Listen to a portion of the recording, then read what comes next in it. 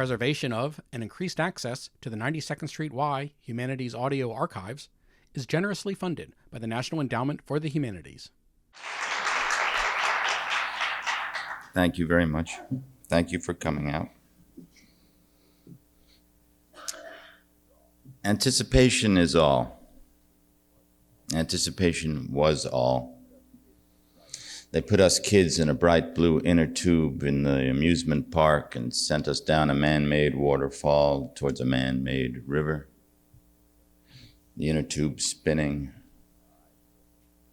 our eyes open, our mouths open, and down the waterfall, into the river. And then we came to a bend in the river, in the amusement park, a bend in the river. Bend in the river, always something of promise or progress, of invention, something new, something you cannot see. All the old rivers had them, the Yangtze, the Congo, the Thames, the Mississippi. Life has been depicted as a bend in the river. The life of the species, full of promise, full of progress. So why is it a couple of years ago I stood on a yellow bridge over the Kagera River that separates Tanzania from Rwanda and saw the waterfalls there, not man-made, and bodies coming over the waterfall, the bodies of the slain Tutsis slain at the hands of the Hutu in Rwanda, coming over the waterfall, 1, 2, 10, hundreds, eyes open, mouths open. And some of the bodies would get caught in eddies and swirl, and others would get stuck on rocks. And still others would pass the pools and the rocks and would move out along that river and come to a bend in the river, and then move on towards Lake Victoria. You remember Lake Victoria, the place where civilization was said to have begun. You remember civilization.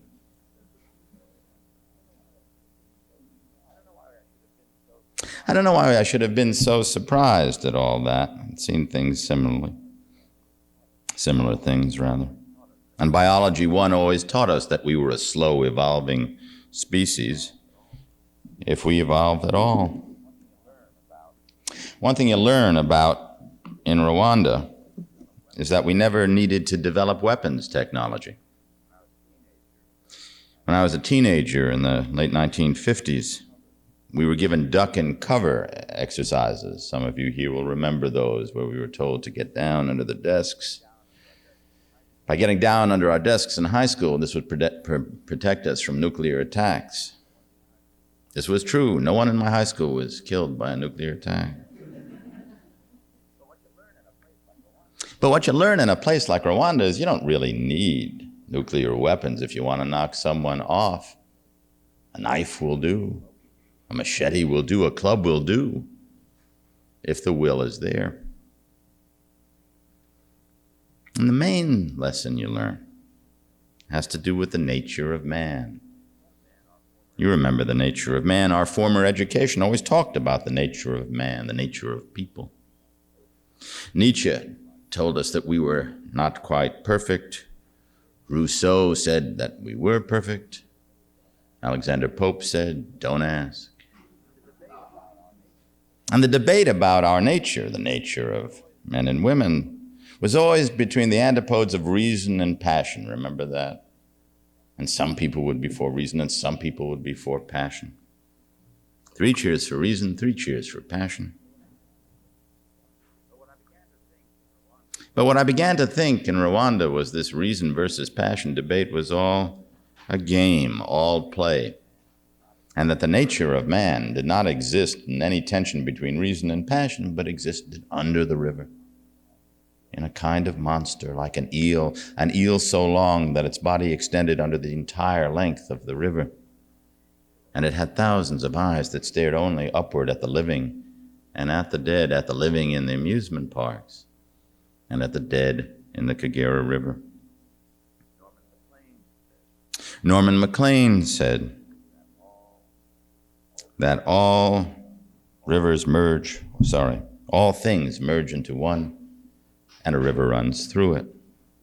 I don't know much about rivers. I did feel, though, the presence of the monster under that river.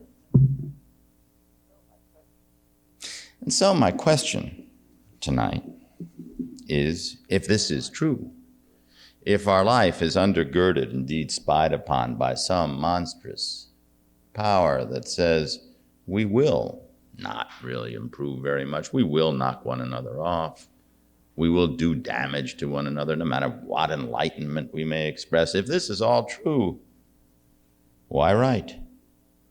Why tell stories? The reason I tell stories is to stay on top of the river, to try to stay afloat, to try to tell others to stay afloat, by telling others to tell myself, to keep us all afloat.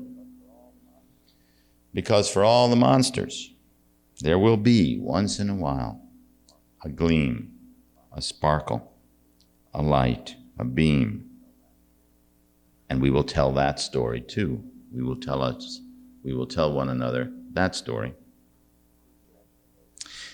Susan mentioned a story that I wrote, which then turned into a little book on children of war. And I just went around to war zones and tried to find out what kids were thinking who had grown up in places that had only known war. And the last place I hit was not in fact a war zone, it was Hong Kong, where kids coming out of a former war zone, coming out of Vietnam, came up as the boat people. You may remember the boat people coming up the South China Sea. If they turned the wrong way towards Thailand, they would be killed by the Thai pirates. If they turned towards the South China Sea, if they made it, they would be in refugee camps in Hong Kong. And it was in such camps that I saw these kids. And I met the last boy I spoke with was a boy named Ku, K-H-U.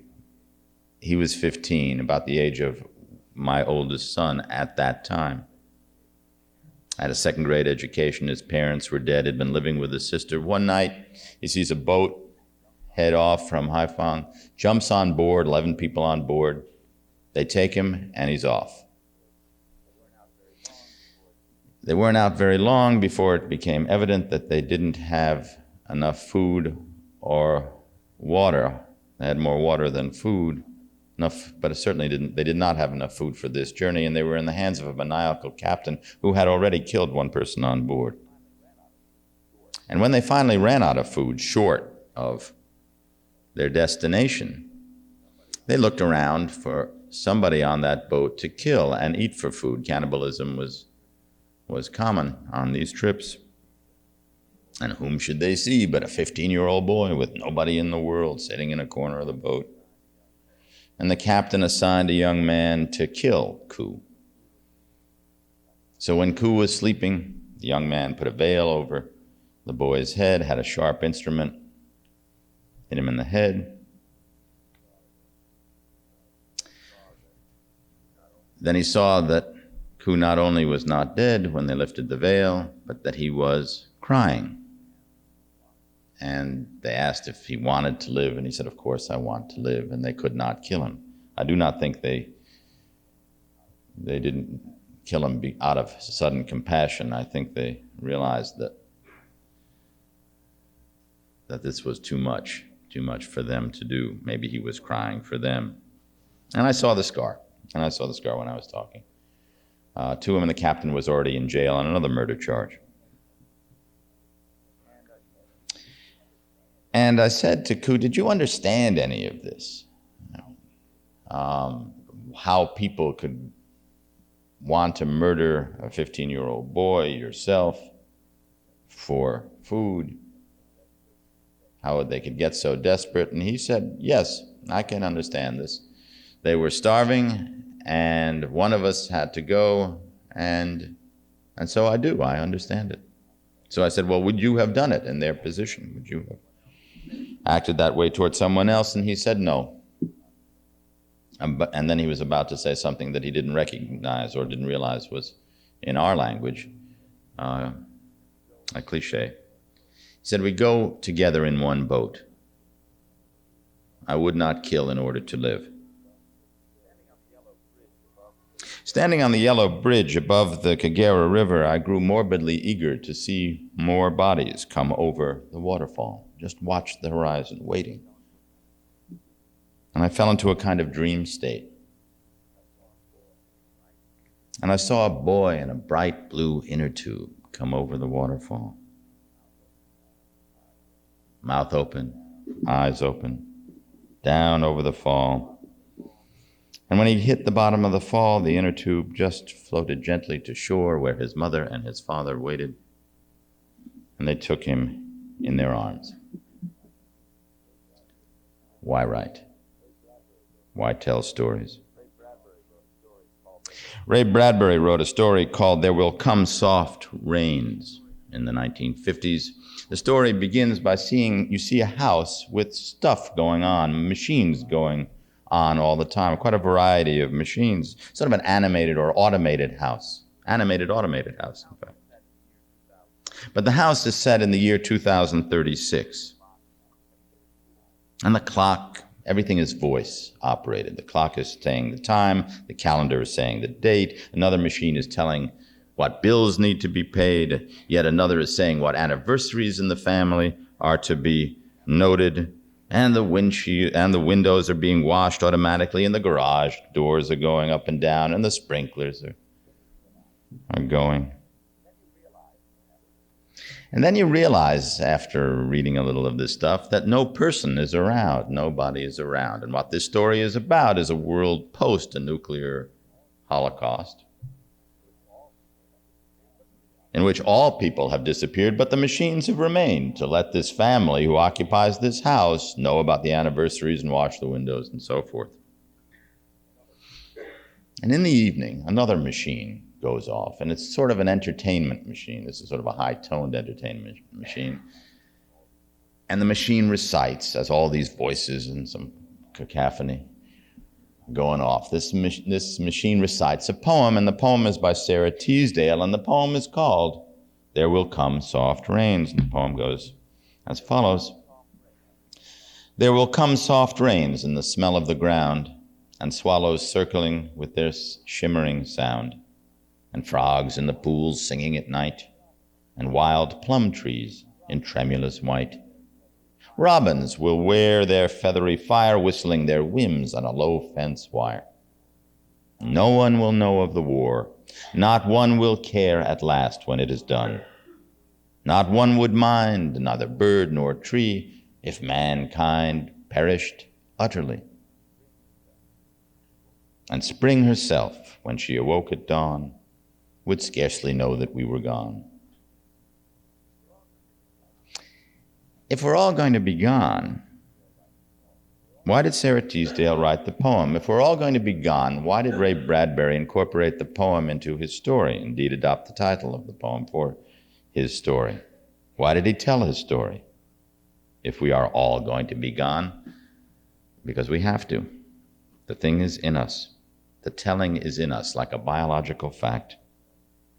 We are stories ourselves, and we tell one another to one another.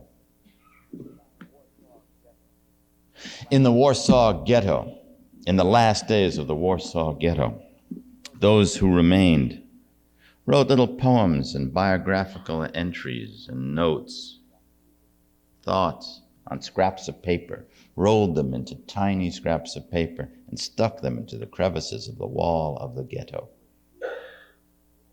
They were sure they were going to die. This was no time of false hope. That had passed. Not only were they sure they were going to die, they had absolutely no idea that the world might change or be rescued from the Nazis. Still, they wrote who they were on these little pieces of paper and slipped them into the crevices of these walls. Why? Because they had to. They had to tell the story. They had no idea that anyone would ever read the story, or if upon reading the story would do anything but rip it up or laugh in derision. That, in fact, was more likely. Still, they did it. Chaucer's Pilgrims go to Canterbury, come back from Canterbury. What do they want to do? They want to tell one another stories. The ancient mariner, crazy as a loon, grabs the wedding guest and says, I've got this story to tell you. I've got this amazing story to tell you. Job's messenger, the messenger in Job, says, and I only am escaped, and I only alone am escaped to tell thee. And I only alone am escaped to tell thee. The author of the sentence really didn't need only and alone in the same sentence, but it's fun to edit the Bible. Ishmael in Moby Dick says practically the same thing at the end of that story, and I alone am left to tell the tale. To tell the tale. Shakespeare said that we ripe and we ripe and we rot and we rot, and thereby hangs the tale. But I wonder instead if it isn't the telling of the tale, not just the tale, the telling of the tale that makes our lives. And we tell these stories not just to pass the time, but we tell and we tell until we get the story right. Why right? In the morning I write. In the evening I wonder why I do it. One answer for me is there's no pain involved. I enjoy writing. I have no crazy rituals. Schiller used to fill his dresser drawer with rotten apples, leave it in the drawer, and then open the drawer and breathe in the fumes to get started. A delight for Mrs. Schiller, I'm sure. Not me. I start the day with a cup of coffee, a glass of orange juice, a bowl of Special K, say hello to my wife, my children, my dog, whoever is talking to me at the time, take a shot of heroin, and I'm off.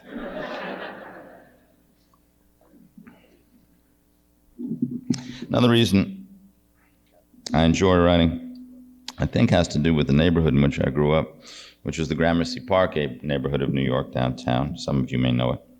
It's a good neighborhood for writers. Good neighborhood for stories. It had the name Gramercy, some people think comes from some elision of the French Grand Merci. Nothing to do with that.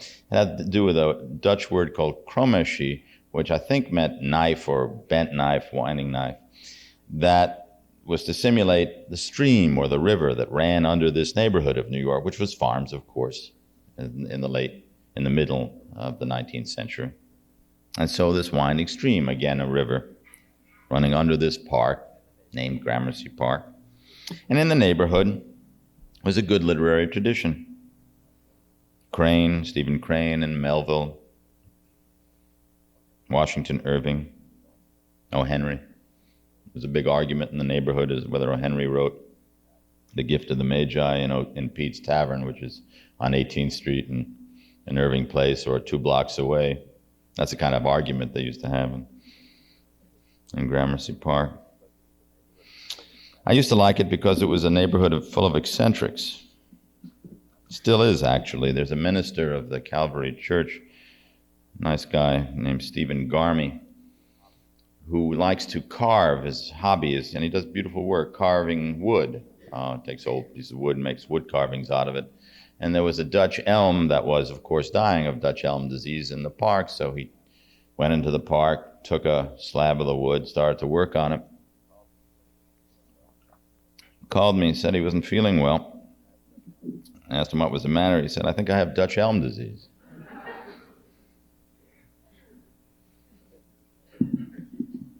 We fit into the neighborhood, my family. We too had our eccentricities. My father was sort of an eccentric. He was a very severe man, very politically conservative. He had a number of unusual maxims and aphorisms by which he lived, and he expected that I too would live by these aphorisms. One was, never trust a Hungarian. Another was, nothing good ever came out of Queens. At the age of 3, it was difficult for me to apply these rules to my life, but he issued them nonetheless. He also used to say, "In a pig's eye you will." I suppose that was a sort of maxim. And occasionally he would say, "Nothing good ever came out of the Bronx." He had nothing but scorn for my liberal politics, and he wasn't shy of showing it. One evening when I was in college and we were sitting together in front of the television set watching the evening news, George Wallace came on. This was in the 60s. This was when Wallace was still governor of Alabama, in his heyday of race baiting, before he got shot and became a national treasure.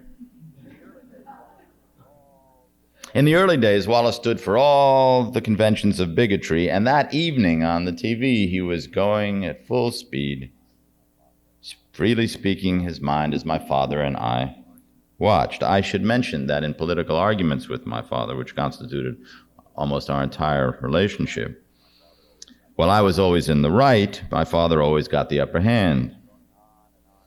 So there was Wallace droning on and on interminably, spewing hate, as was his custom, and my father and I sitting in our customary stony silence.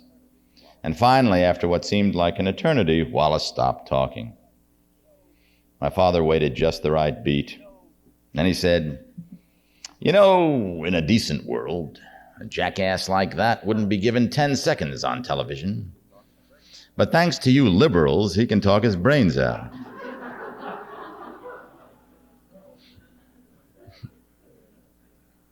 I should add, to be fair, that I'm a kind of eccentric myself, which explains probably why I believe that one can stay on top of the river. I always think things will turn out well. The flip side of that is I am very easily deceived. My epitaph will read, "You could fool me." Still, there always has been a kind of lunatic optimism in me, and I will illustrate this by one short anecdote. In the 6th grade, a teacher said, asked if anybody had a musical instrument, bring it the next day and play it for the class. Well, as it happened, the day before, my aunt had bought me a used guitar. Now, I'd never played the guitar in my life, but the teacher had said if you had an instrument, come play it for the class. I really can't explain this to you. I don't know what was in my mind, that some divine inspiration would hit me as I sat in front of the class and would learn it on the spot. But I do want to be honest with you. This is the extent of the optimism. I played Red River Valley. I think I played Red River Valley. It sounded like Red River Valley to me. Class was in hysterics. I was happy as a clown. Not that school was so great anyway. We had a biology teacher named Slater who taught us that if a fat man marries a thin woman, they'll have an average child.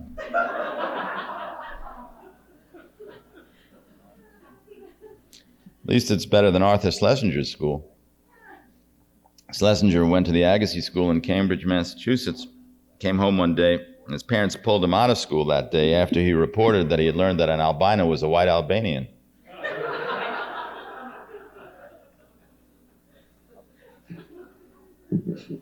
Other things I learned in Gramercy Park: sorrow, first touch of death, anger, fear.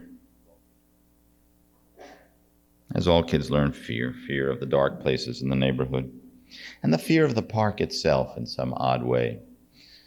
The park, as some of you know, is bright and cheerful and the kind of an ideal babysitter, and enclosed and private, serene. People say it reminds them the neighborhood of a London square. But it's also stifling, imprisoning, enclosed, a square. And I knew, as I think every kid knows in that neighborhood, that if you wanted to do something, in my case, if you wanted to tell stories, that you'd have to, if you wanted to live, you'd have to get out of that gate. You'd have to risk getting out of the gate and leave Gramercy Park. So one night, I left. I left when I was 5 years old. I left in my mind, and here's how I did it. My mother's father was a sign painter in the Bronx, and he would take the 3rd Avenue L that was still up at that time and stop at Gramercy Park once, twice a week to come to visit with us and to tell me stories. I called him Pata. I'm not sure why, but I called him Pata. And Pata would come as I was falling asleep and tell me what seemed to me to be wonderful stories, and stories that emerged from a wonderful character, a wonderful man, and a great old biblical face. And one night, he came into the bedroom and he said, "Tonight, Raj, you tell me a story." I said, "I don't know any story, Pata." He said, "Sure you do. Everybody knows stories." And so I told him a story of what I had done that day, which was, in that particular day, a special adventure. And I watched his eyes fix on mine, and the kindness of the intent face on mine, and felt whatever there was to feel between us as one tells a story to someone else, the holding in the air. And I have not stopped telling that story. Why write? Why write? Here is a story.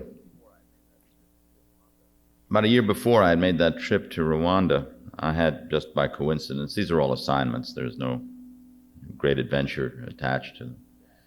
I had made a trip to Sudan. That was my first trip to Africa, in the company of a great photographer, truly great photographer, Sebastian Salgado. And Salgado and I were sent, oddly, by Vanity Fair magazine to write a story on the lost boys of the Sudan. You may remember this story. I don't mean that you may remember mine, but you may remember this general story, which was known, that the Khartoum government, the Muslims in the north of Sudan, had set about on a genocidal path to either kill or to enslave the Christians and the animists in the south. And the odd mirror of the Muslims doing to others in Sudan what was being done to them in Bosnia at the same time. So the Khartoum government then would invade the villages, and the villages would ordinarily be occupied by the women and the children, because the young boys, the men were already mostly killed. The young boys, the teenage boys, were attending the cattle. So when they heard the gunshots in this vast raid that Khartoum made on the villages in the north of Sudan, the boys hit the road meaning a path. And they made their way down to the south, from the north down to the south of Sudan, the largest country in terms of landmass in Africa. 1, 10,000s, 100,000, 400,000 boys on these paths, escaping the bombs, the raids, the animals, the disease, the floods. In the rainy season, the rivers would rise full of water, drowning the boys. Still they came. A biblical trek, truly a biblical trek of these boys, alone, no guidance, no adults with them. And they would set up camps, and they would find adults in the south. Adults would help them set up camps. And Salgado and I arrived in a place called Natinga, which was a new camp. They were setting up a new camp. And there were about, maybe 4,000 boys there. And the first thing you do when you set up a camp, obviously, is look for water. But they knew we were there, and obviously being white, we stood out, and they knew that we were their guests, these boys. And they had nothing in the world. And the first thing they did was to build beds for Salgado and me. Why? Because we were their guests. And it was part of their dignity and part of their courtesy and graciousness to do this, no matter what their circumstances were. And in the evening, they would huddle together, holding their flashlights down so as not to shock the faces or the eyes of the others, and tell stories. Immediately, they would begin to tell stories to one another. And one story was about a man in a village who had never contributed to the community of the village, had lived entirely a selfish life. And in a plague, this man's boy, died.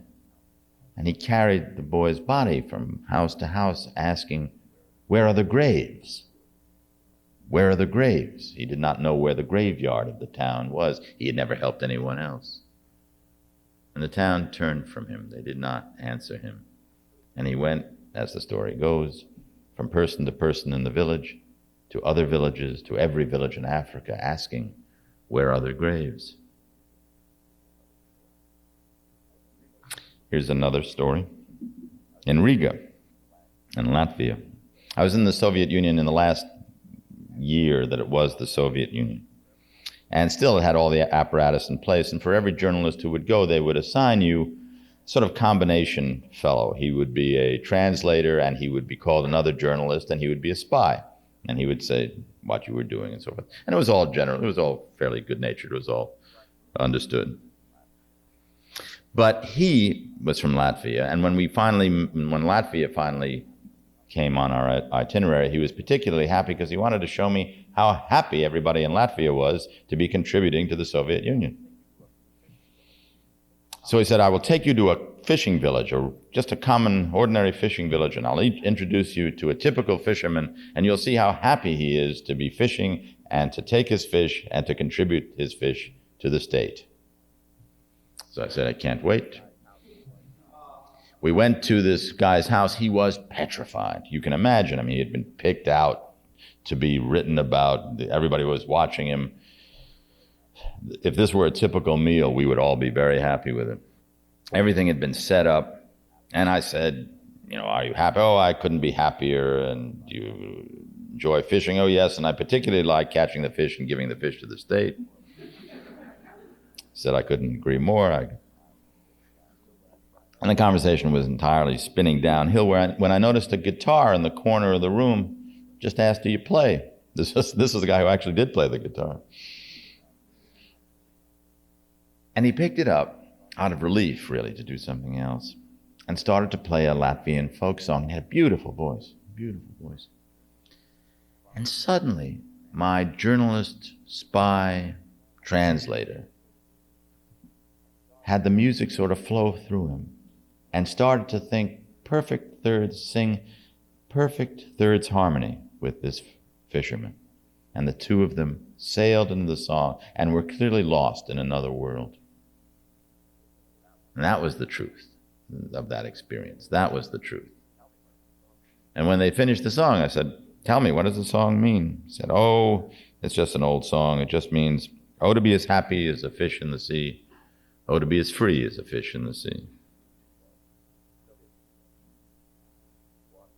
Soviet Union was wonderfully inefficient. Russia now is in terrible straits, as everyone knows, and probably more inefficient, but it was beautifully inefficient then. Just to check out of a hotel took you an hour and a half, because they never had dollars and they never had rubles. Nobody had ever checked out of a hotel before. In Tbilisi, I went down an hour and a half early because that's what you were supposed to do, just to begin the process so that you could start all over again. Young woman was very nice, but she spoke very little English, and she said she wanted to tell me that a clerk who spoke more English would be by in 15 minutes if I would just return, and then we could do this complicated transaction. But what she said was, Mr. Rosenblatt, would you mind very much coming back in 15 years? We both exploded in laughter because we knew it was remotely possible.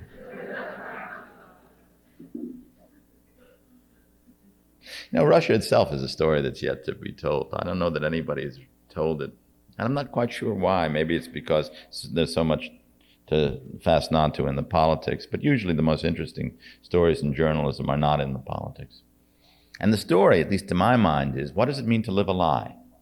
What does it mean to live a lie? What does it mean to have lived a lie all those decades? You remember that weekend when the Politburo met in Moscow after 60 plus years of communism and people storming in the streets, hundreds of thousands of people around the Kremlin. And the leaders of the country come out and say, now you can vote for parties other than the Communist Party. We've had this meeting over the weekend. and now you can vote for other parties. In other words, they came out and said, just kidding. What could that mean, you know? What could that mean to a people in the normal activity of people's lives, the competitions? If you went around the Soviet Union and see the hospital worker of the month on one wall or the teacher of the week on another wall and all this nuttiness, but the normal sort of competitive juices of people, what could it mean to compete in a system that was a lie, a sham? Václav Havel, playwright, president of Czechoslovakia, said that he could never figure out, there was a guy in a shop near him that always, every morning, took out, and then he would he would take out a sign that said "Workers of the World Unite." In the evening, he would take it away and then put it in the window every day. Could he mean it? Havel said. What could he possibly mean by all this? I mean, if it hadn't been so dangerous, if the gulags hadn't existed, if the killings hadn't occurred, if it hadn't been so dangerous, one would only have dwelt on the ridiculousness of it, the preposterousness of it. How do you live a lie? Susan Engel mentioned this little memoir of Harvard that I'm writing, and in writing it, it's an interesting process in writing a memoir, because suddenly these things start rising to the surface like those old jars of liquid that were fortune-telling things, where the thing would turn in the dark blue liquid and tell you something. And you're never quite sure if your memory is accurate, but some things come back clearly. And I remembered this strange story. Two boys from high school applied to Harvard. Say one was Jones, one was Smith. And Jones was a very good student, and Smith was not so good a student. And Jones got into Harvard, and Smith did not, but Jones also got into Yale. And when he got his letter of acceptance from Harvard, wrote back and said, thank you, but I am going to Yale.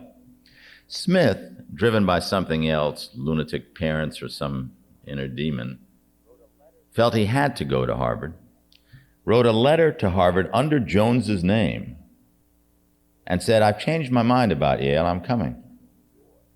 So this, 17-year-old boy, Smith, now Jones, goes up to Harvard and enrolls and starts his courses. And as everybody knows, it's no trick to do well at Harvard, so he's doing well at Harvard. There are only two difficult things about Harvard. One is getting in, and the harder thing is getting out. Though not as it turned out for Jones. At any rate, he figured a way to live off campus, so if there were kids in his high school who were also there, they wouldn't recognize him, and so forth. And now Smith is under the name Jones, and there's only one occasion in a freshman year where he could be caught, and that's his grades are sent back to his parents, but they always say if there's one course you're doing C in or below, your parents are notified just as a courtesy to be on the alert that there might be some trouble. This is very rare because nobody gets a C at Harvard. Nonetheless, this kid happened to get a C in, say, chemistry, and the administration sent the report card home back to the parents. Of course, they sent him not back to Smith's parents, but to Jones's parents, who write back to Harvard that we're dismayed that our son isn't doing too well at Harvard because he's doing just fine at Yale. Whereupon, of course, Jones is bounced from Harvard. He's actually expunged, meaning his name is erased from the record. There's a minor kind of paranormal irony here because it wasn't his name that was erased from the record. But I always wondered with this story, what would have happened if he gotten a B and he hadn't been caught? And he started on this momentum then in this crazy quest for what? God knows what. And he went into his sophomore year as Jones, and his junior year as Jones, and his senior year as Jones, and he applied to law school as Jones. He became a lawyer and got married as Jones. That became a partner. And went on and on and on until finally he drops dead, and in his gravestone he lies under the earth, and above him is written, Jones. What could it mean to live a lie? To wholly live a lie? Why write? Sometimes the question, why write, is an expression of exasperation. You get insults for things you didn't write. You get insults for things you did. Compliments for things You didn't write. You get threatening mail. A friend of mine got a threatening note saying, "I have prayed for the death of 2 other writers and have been successful twice."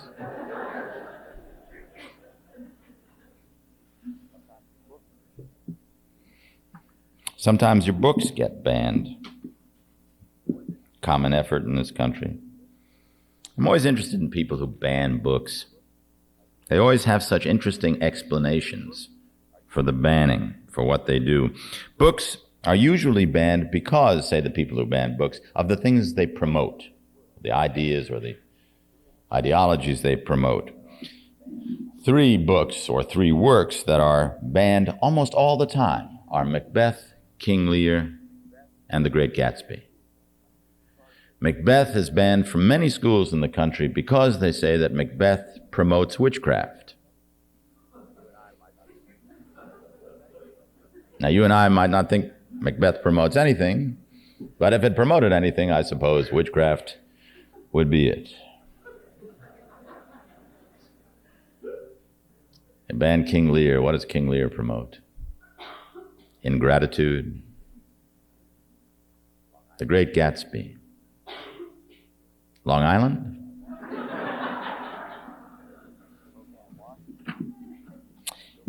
In Spokane, Washington, the children's book Where's Waldo was banned for containing, quote, explicit subject matter. A plea for surrealism, I suppose. In Springfield, Virginia, there was a book banned that was called Hitler's Hang-Ups. Hitler's Hang-Ups was banned because it offered, quote, explicit sexual details of Hitler's life. You know, given the other tendencies of Hitler's life, you'd think the sexual details would be relatively acceptable. Still, it stirs the imagination. Eva Braun sits up in bed and, "Oh, no, you don't, my little Führer. Not with that, you don't." In the town of Astoria, Oregon, a book was challenged in an elementary school for giving, quote, a morbid portrayal of death. I hate it when books do that. But on the positive side, there are good reasons for writing. Language is one very good reason. The use, the manipulation of language, the joy of language. The mysteriousness of language. It starts out in some chaotic mass, inchoate mass, moves through our minds and out our mouths, or out our pens and onto a paper. I don't know about you, but I often learn what I think by writing. That I have some vague idea of something, and only when this mysterious process starts to happen do I know what then seems to me I'd been thinking all my life. It becomes clear. The joy of language, the beauty of language. There will come soft rains, or that wonderful seduction line of E. Cummings that every sophomore in college uses to try to get a date. Nobody, not even the rain, has such small hands. The hilarity of language, the sheer hilarity of language. God, I miss George Bush. I mentioned Václav Havel before. Bush said of Havel, I'm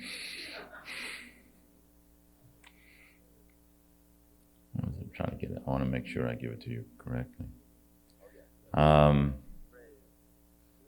Oh yes, that Havel should be praised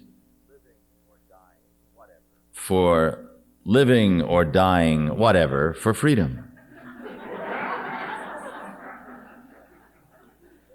Ronald Reagan, people forget, was even better than Bush. I mean, Bush was always pinned with this stuff, but Reagan was wonderful. Reagan returned from a trip to Latin America and announced, from a trip from Latin America and announced, they're all individual countries. Then he said, sure, we've made mistakes, but let's not throw the baby out with the dishes.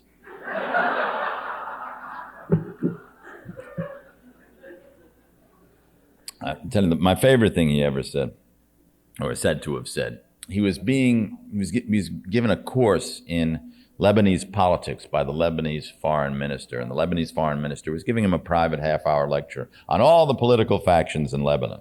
All the political, you may imagine what this lecture was like. All the political factions in Lebanon. And Reagan listens to the Lebanese foreign minister, and he approaches him afterwards and says, you know, your nose looks just like Danny Thomas's.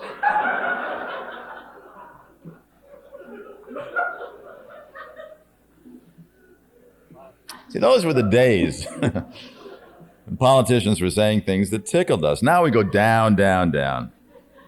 I watch the Republican candidates today, as you do, as they infect state after state. It's dismal, but it is mesmerizing. Watching the GOP candidates come together in these places is like observing dogs copulating in a public square. It's not pleasant, but you can't take your eyes off it.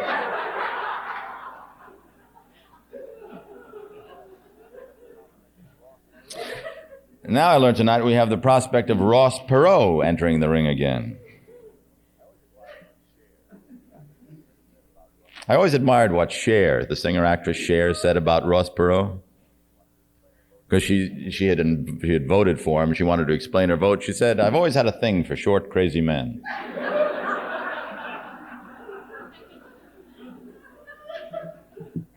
Everybody has his dream ticket. Mine is Louis Farrakhan and Pat Buchanan. Ebony and ivory. And agony.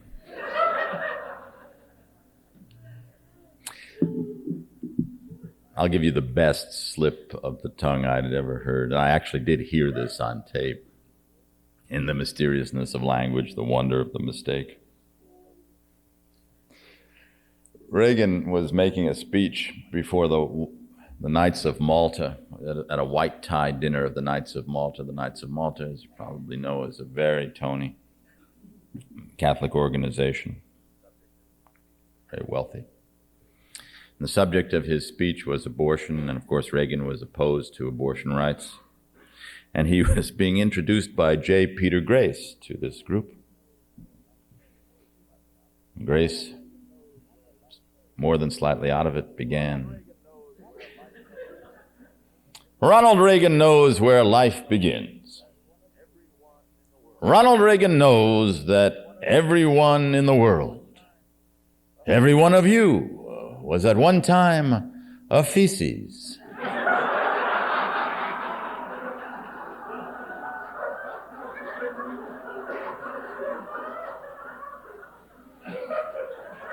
In this introduction, Grace repeated the word feces 3 times.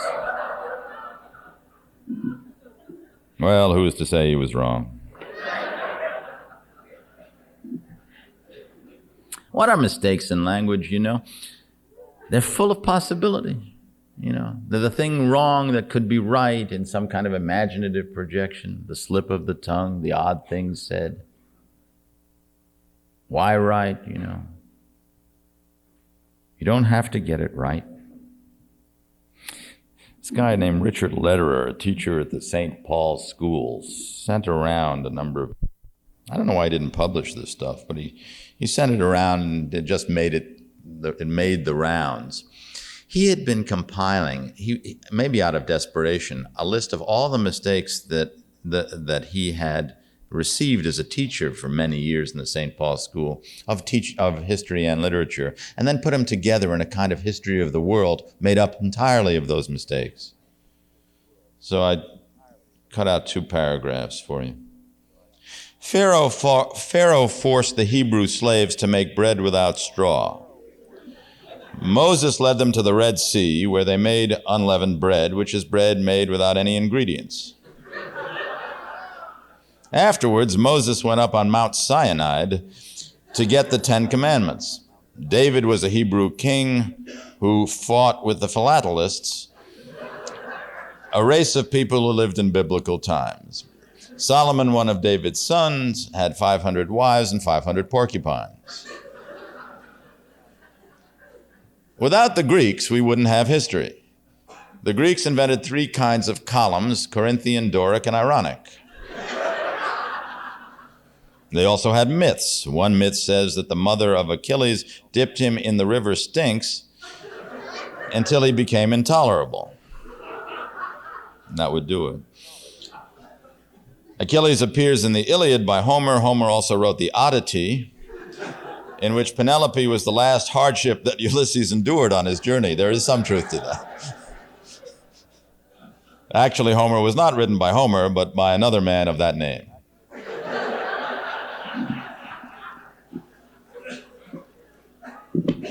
Why write? Another good reason for writing is that writing almost insists that you be out of things. I mean, really out of things. Just a move away from history, from the planet, from the speed of events. Oscar Levant once said to Joan Crawford in a movie, "Don't blame me, lady. I didn't make the world. I barely live on it. I barely live on it." And writers feel the same way. We find ways, actually, of absenting ourselves from the world. It's a rather pleasant place to be, kind of removed. I did this even as a kid, so I knew I was doomed. I used to memorize lines from movies, try to insert them into ordinary conversation to see where they would fit. It's gotten me into a lot of trouble, as you can imagine. One line I was never able to get in, but I had tried, was a line from one of the disaster movies of the 1970s called Earthquake. And in this movie, George Kennedy plays a cop who's trying to protect a girl, and the girl is being stalked by a man who is trying to attack her throughout the whole movie. Now, you have to remember that an earthquake is also going on in the movie. So you've got to give this guy points for ardor, if for nothing else. At any rate, at the end of the movie, he finally gets her cornered, and you think that she's really a goner, and George Kennedy comes in, grabs the guy, and throws him down and arrests him and says to the girl, "I don't know what it is. Earthquakes bring out the worst in some guys." Now, I tried to get that into an ordinary conversation, but I couldn't do it. But there was another line in a movie that would seemingly have been harder to get into ordinary conversation, but Providence smiled on me.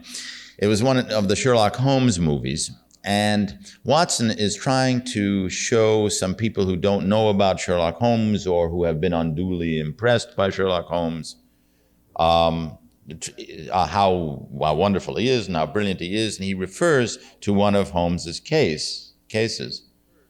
And he says to these people, to show their ignorance and yet also to indicate the greatness of Holmes, and just in the title, he said, well, in talking about cases, he says, "Haven't you heard of the giant rat of Sumatra? Haven't you heard of the giant rat of Sumatra? Haven't you heard of the giant rat of Sumatra?" For years, I searched for a conversation in which I could insert that question. Haven't you heard of the giant rat of Sumatra? I was working on the Washington Post, and I went out with some friends for lunch, and it happened to be the 50th anniversary of the creation of Mickey Mouse. And we're sitting around lunch, and one guy says, "Has there ever been a bigger rodent?"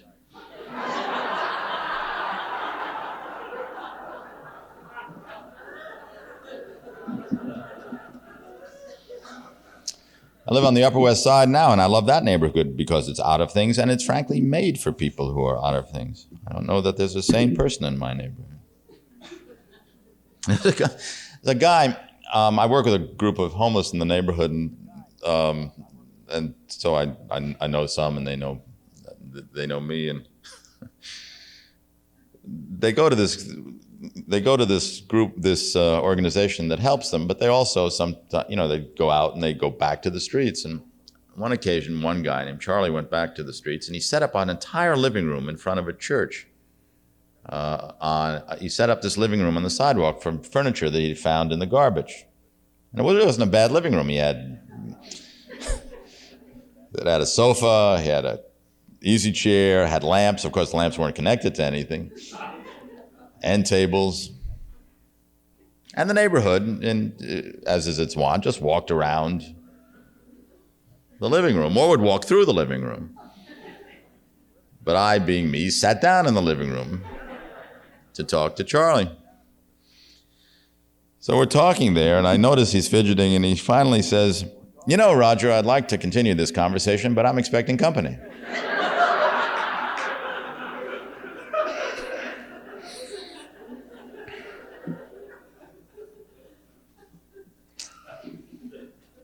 So writing gives us language, and writing allows us to be out of things, and writing allows us to live in the past, which is often the only place we can live. We can't live in the present. We certainly can't live in the future.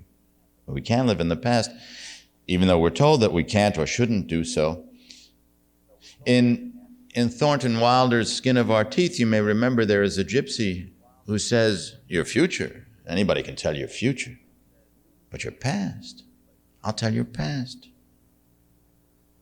And writing allows us to live in dreams, where we live too. Somerset Maugham said that a state of reverie does not avoid reality. It accedes to reality. It accedes to a state of reality. Dreams are real. And Shelley said, in terms of imagining the world, Shelley said, "We must learn to imagine what we know." We must learn to imagine what we know. I think that's wonderful. And has a lot to do with writing and with reading too. If we do learn to imagine what we know, we can organize the world. We can order it, including the world of our experience. Sometimes we can civilize experience.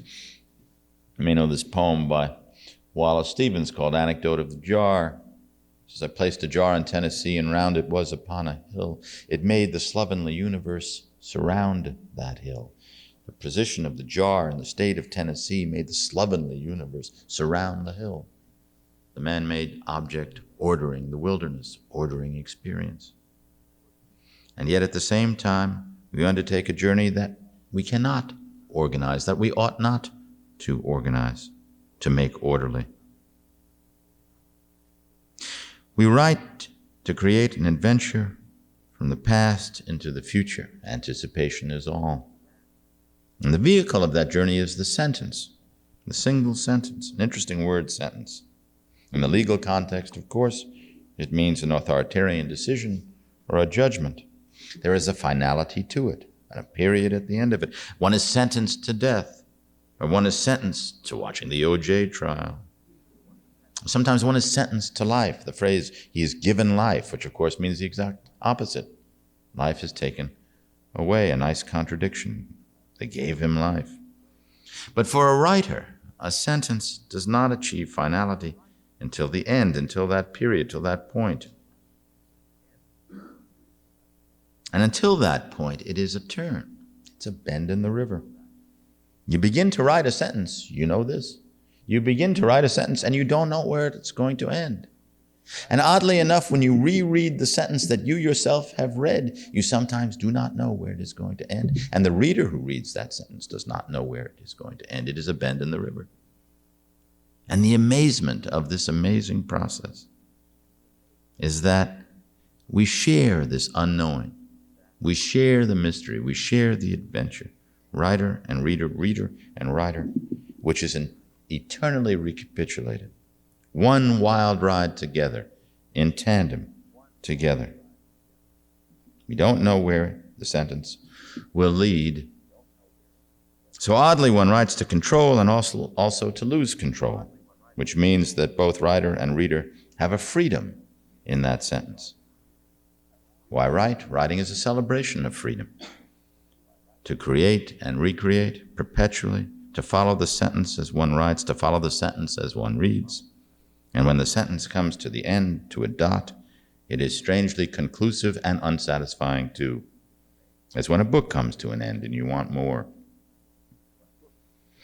At one's best, one writes to find God in the sentence. But God is always in the next sentence. How like her. It is this freedom of the writer and the reader that connects them. I think it is why so many prisoners read and write, to gain a form of freedom. It's why writing matters so much in America, the land of the free or the would-be free or the attempting to be free. In America, communication is the soul of democracy, which is why one must never be told what to write or what to read or write anything that runs counter to one's own freedom. For if you do that, if you write something counter to your own freedom, to your own choice, then you imprison yourself and the reader too, and that is a sin. Why write? To make a connection of life with life, which is why stories about people are best. All people are exceptional. I have had a very lucky life. I continue to, in that I meet very interesting people, and people whom you would not know to be interesting for the same reasons, or for the anticipated reasons. Richard Nixon was the most interesting politician I have ever met. Interesting for all the reasons you would imagine, mostly because the only thing he really didn't understand was himself. And he was the only person of whom I was ever afraid. I mean, the only public figure of whom I was ever afraid. And I approached him. Maybe it was all the afraid of the knowledge of the history of it.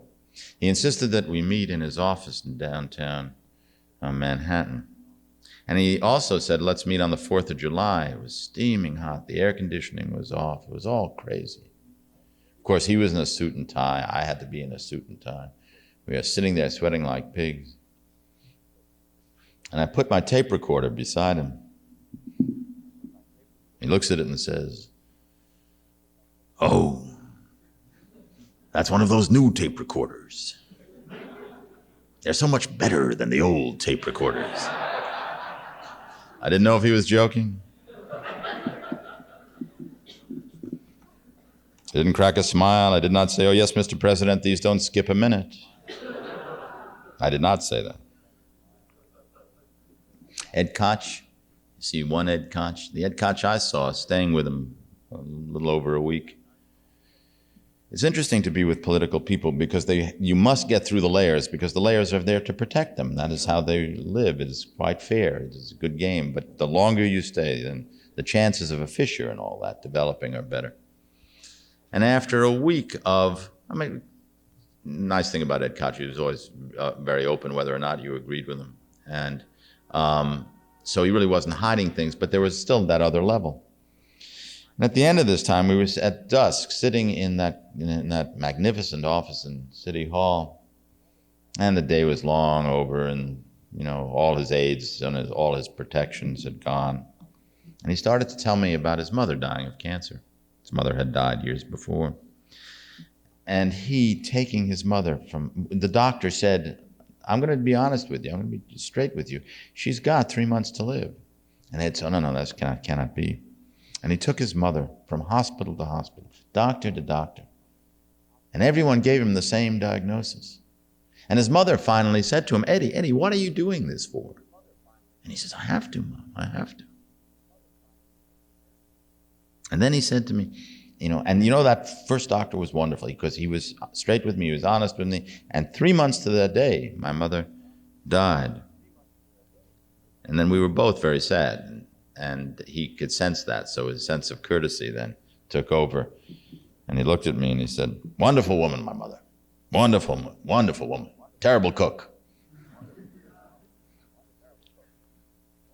I was in a similar situation with Lewis Thomas, about whom I wrote in the New York Times a year or so ago. I had been a great admirer of Lewis Thomas's and always felt that his books had gone a long way to teach us how to live. But when he was dying, I went to him and asked, "Would you talk about what it means to die?" And after a while, we talked back and forth. And his clear scientific mind finally grasped it. But he said, "I really don't know what it is to die, even though I am dying. But I will tell you that I have come to a conclusion about what it means to live. And what it means to live is to have been useful. That is the standard of a good life, to have been useful. And if the things I have written have been useful," he said, then I am happy. Useful to one's family, of course, to one's friends, and in a writer's case, to the outside world.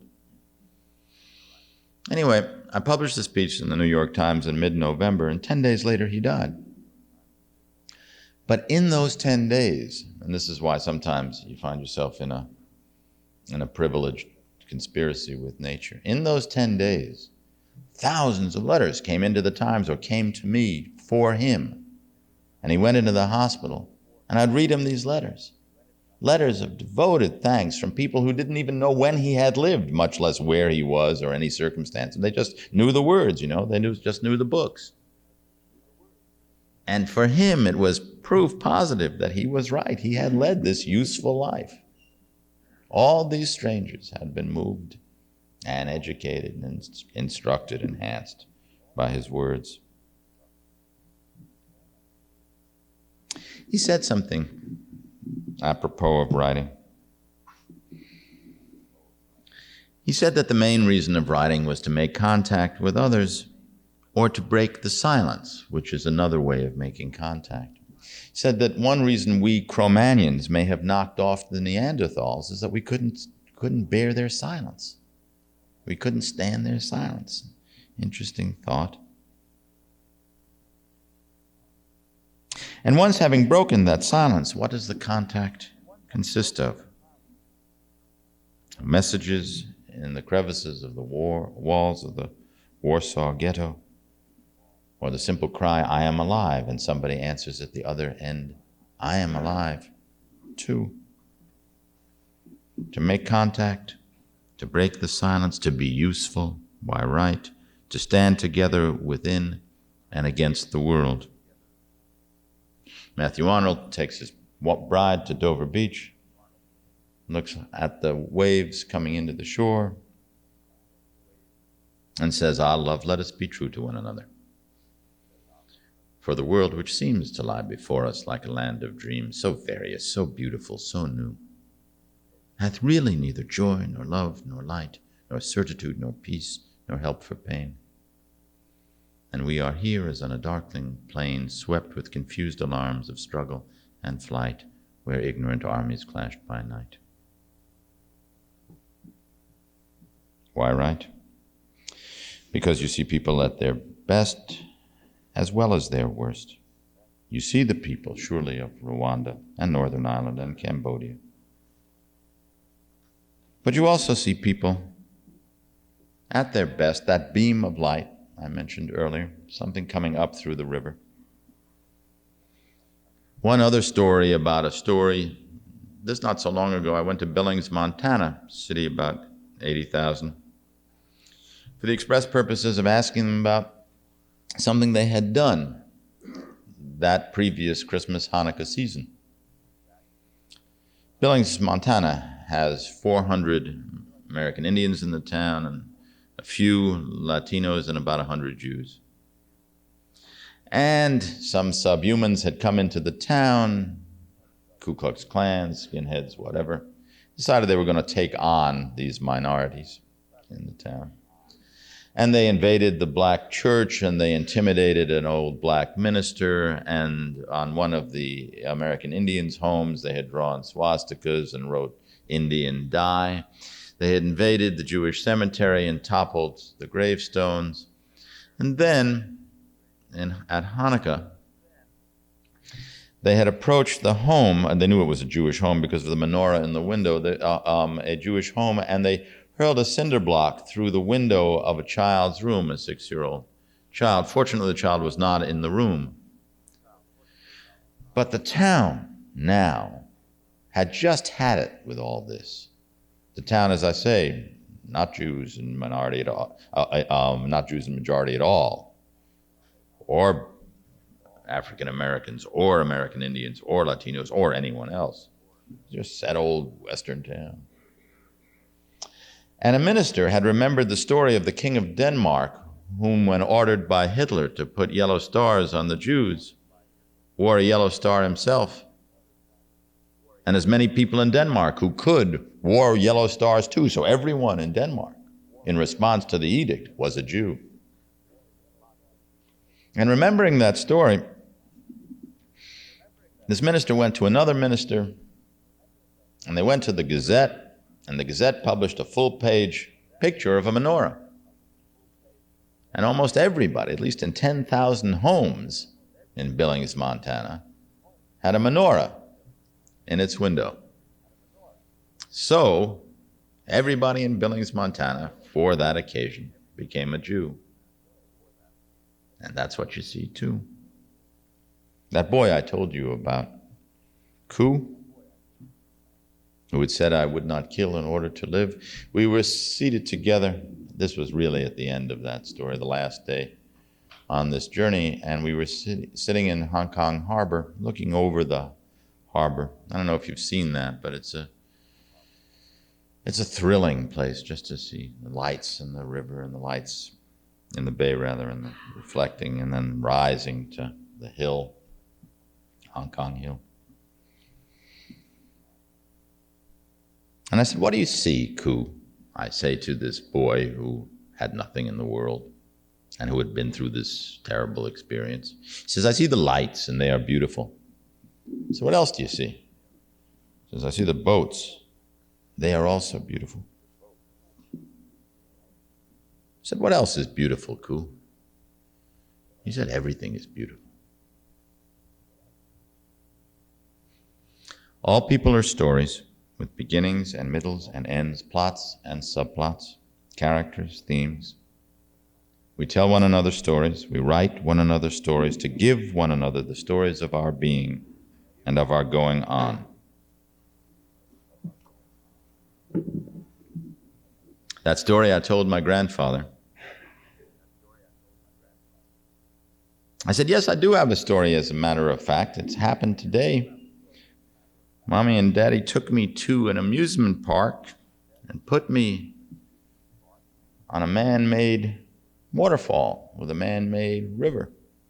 And they put me in an inner tube. And I spun round and round. All the kids, eyes open, mouths open, down the waterfall, Pata, down the waterfall and into the river. And when we got to the river, that wasn't the best part. There was a bend in the river, and the inner tube made it towards the bend in the river. We couldn't see what was around the bend, and then we could. Let me tell you. Thank you.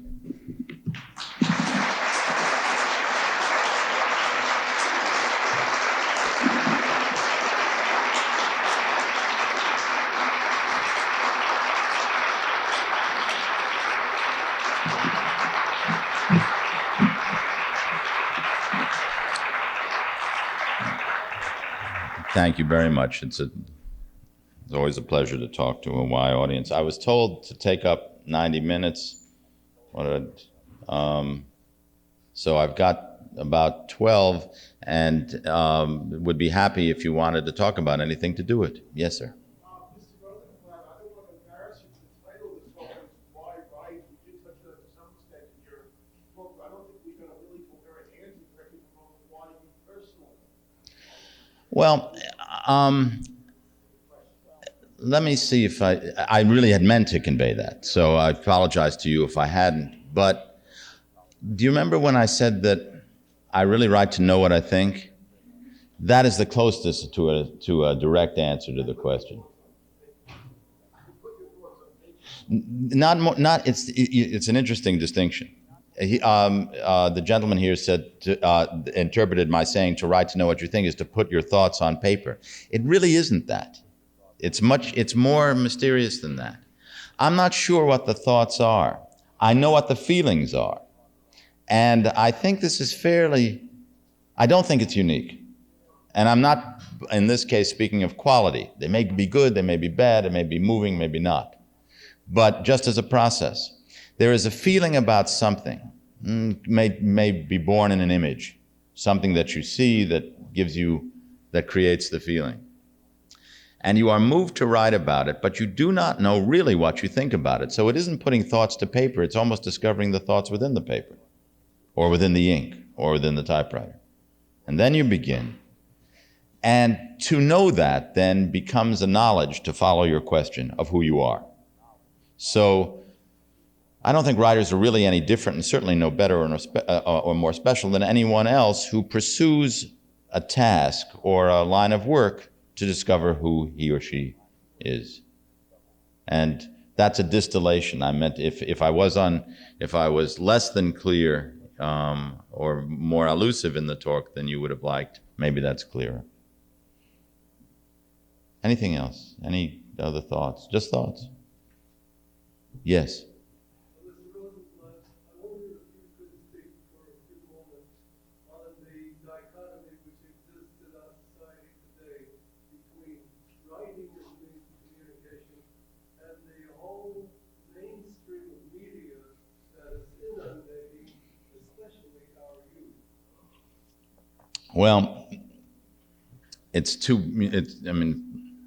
I'll say I'll say one idea. The subject, as you raise it, you know the enormity of it.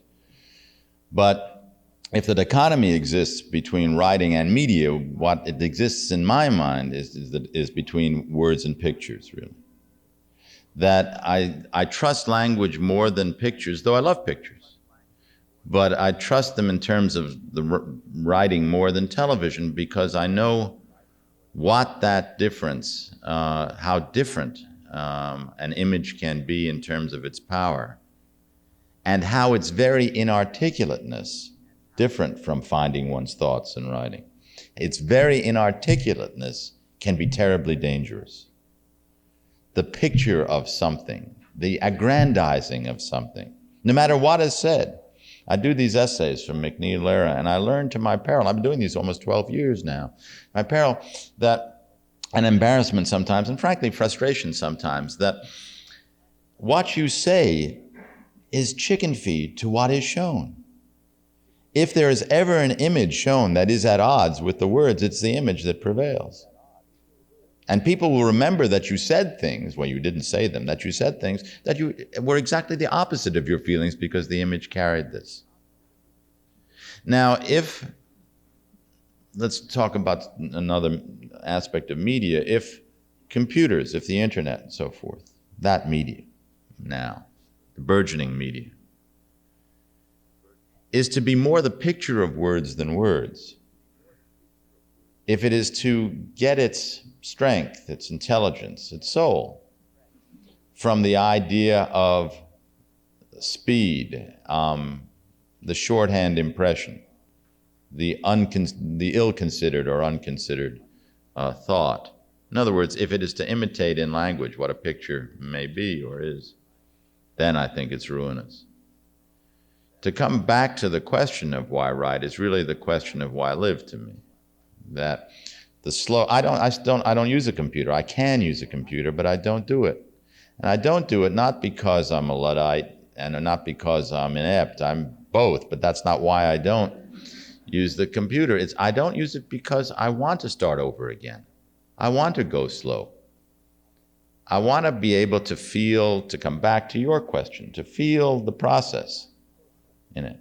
And maybe if I had been younger and if I had grown up in another world, I'd been able to feel the process in the keys, but I don't. So my technology is a little stick with ink at the end of it. It's very interesting.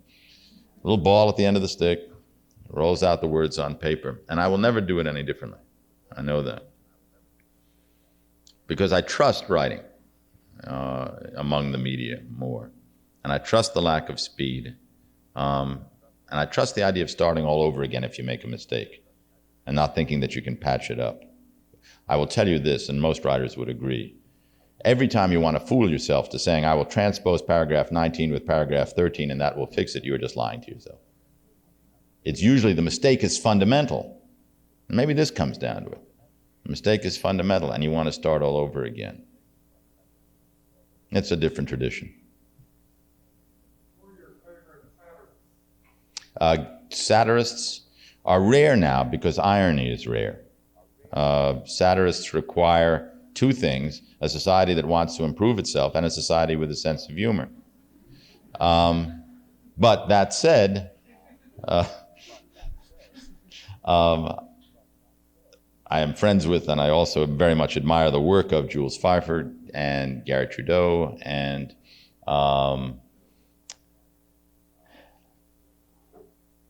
you mean modern satirists? Yeah. I I'm sorry to stop there. If you were to say somebody, and I would agree or disagree, but I don't know that I don't think of our world as satire now. Much satire. David Lodge writes English satires about academic subjects, but that's not what you mean. You're meaning the satirists of the world, or the world view. I don't know many. Yes.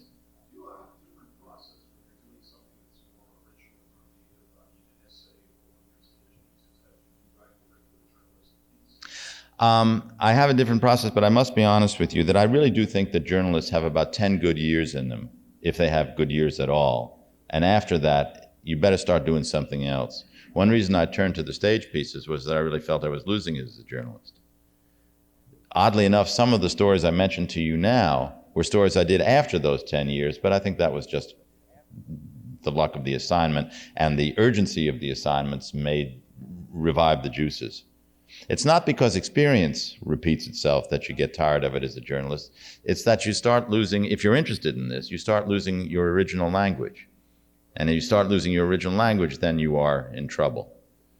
So I tried to be the same person writing a stage piece or an essay as I was as writing a story, but it's very hard for me now to think of writing the story. You know, I would never go to New Hampshire, for example, or to Iowa and so forth. Not because I think less of the people who do. I admire them enormously, but I don't have it anymore. I don't have it to make something new of that, or to say it in a way that would have me sit up. And then you if you think of writing as important, if you want to be useful, then the last thing you want to do is start cheating your reader with dead language. Yes, sir.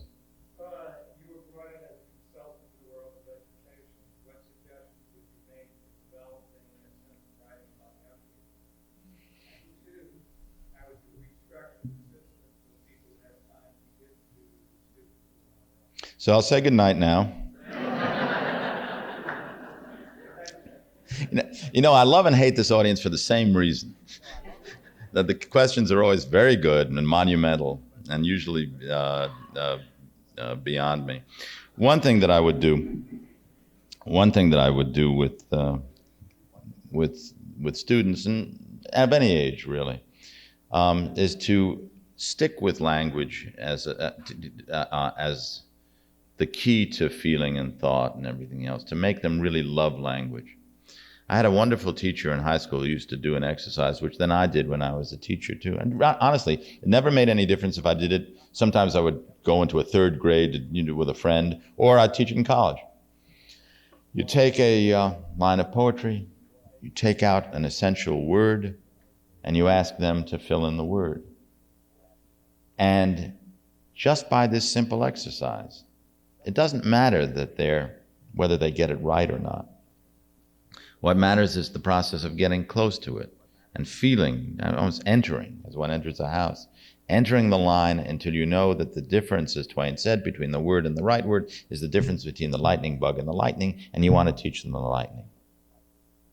And then from the word, I would go wider to the sentence and so forth. But mostly I would just read what is great. Read what is great. I have no particular... I am not one of the ones who would ever cast away the European tradition, but I have no gripe with using anything that's wonderful to teach and to learn that would bring kids to their knees. But I would keep the reading and writing up, and just stay with the importance of language. How every word is an idea. If a child were to know that every word was an idea, that would be something. Because it is, as we know. Even an article is an idea. Yes, sir. I would just like to know your observation as a newspaper man, but now seeing political spectrum, the 32-second sound bit, the American public seems to get all this information. Well, Is it the rise of the newspaper? I'm really not a newspaper man. Most of my experience is in magazines, but like you, I read. And I do think that the influence of the quick and the easy, to come back to the question of media versus writing, an interesting battle. is that newspapers have been imitating television. It started out that newspapers were asserting superiority over television, and that newspaper journalists would always assert superiority over television journalists as being ignorant newsreaders and so forth. Then they got the idea that nothing could be better than to appear on television, so suddenly all the entire standards have changed. That was stage number one. I will appear on television, therefore I won't criticize television. Television is rarely criticized. Television, the most powerful medium that we have, in its presentation of the news, rarely criticized. That was stage number one. Stage number two, it started imitating. So that you read stories now that are sometimes just preposterous. In newspapers such as the New York Times, frankly, that not only ought to know better, but did know better not that long ago. Stories with glaring omissions, things that you know were glaring omissions in the efforts of being cute and fast and easy. I hope these things move in cycles. I'm not old enough to know, but I think newspapers are really in trouble now, playing to special interest groups and doing all the things you're not supposed to do. See, journalism is not a difficult trade if you do it right. It actually becomes more difficult if you do it wrong. It's rather easy if you just keep your eyes open and try to write what you see. It gets more difficult if I want to satisfy you and you and you.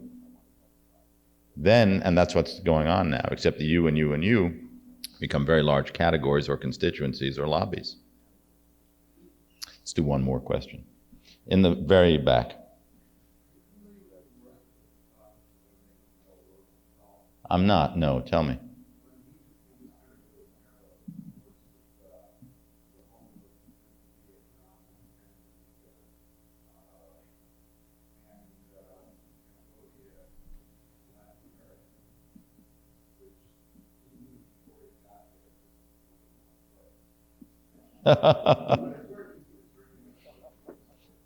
And one would find, is it Mel Rosenthal? Maybe he's me, for all I know. I told you I was out of it. But you could find his work in books of photography. You're not his agent, are you? All right. On that, we'll say goodnight.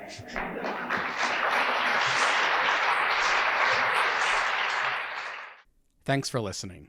For more information on the 92nd Street Y, New York, and all of our programs, please visit us at 92ny.org.